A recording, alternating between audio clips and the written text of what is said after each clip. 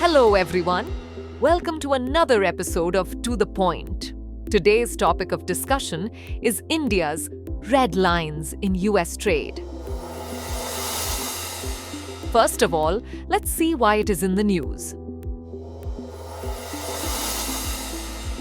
Recently, India has firmly protected its agricultural and dairy sectors, designating them as red lines in its trade discussions with the US. India enforces both tariff and non-tariff barriers on agricultural products. It basically reduces to 4 farm products: corn, maize, ethanol, soyabean, and dairy. It aims to ensure both the protection of its farmers and the domestic market. Now let's discuss about the elements in 4 red lines. First is corn maize, primarily used as feed grain for poultry and livestock, provides essential carbohydrates. India restricts imported GM maize to milling and ethanol production, preventing its entry into the food chain. The US is the largest producer and exporter of maize.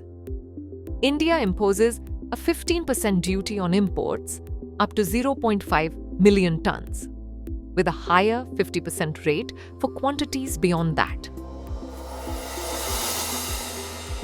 Second is ethanol. The US is the largest producer and exporter of ethanol globally. In 2024, it exported $4.3 billion worth of ethanol. With India as the third largest market, India only allows ethanol imports under actual user licenses for non-fuel industrial purposes. With projected ethanol consumption of 11,350 million litres in 2025, the US seeks greater market access. However, this could undermine India's ethanol-blended petrol program, which aims to reduce fuel import dependency and support domestic agriculture. Third is soyabean. The US is the second largest producer and exporter of soybean after Brazil. India allows the import of GM soybean oil, but prohibits the import of whole GM soybeans and de-oiled cake due to the presence of GM proteins in these forms.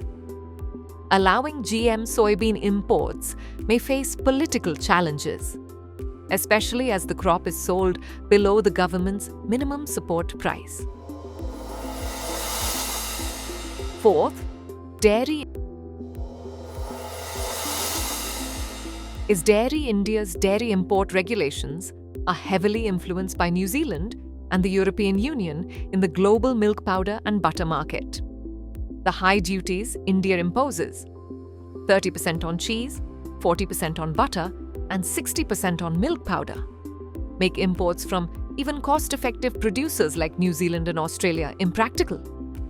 Additionally, India mandates that all imported dairy products come from animals that have not been fed any formulations made from bovine internal organs, blood meal, or tissues, a requirement that the US argues is based on cultural and religious reasons.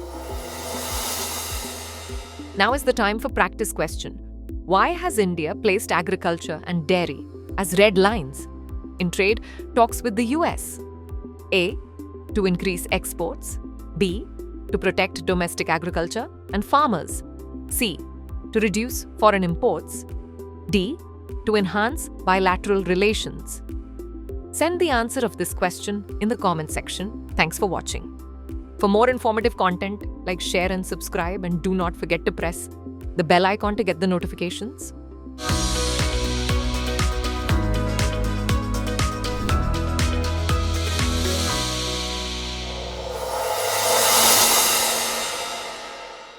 For more informative content, like, share and subscribe, and do not forget to press the bell icon to get the notifications.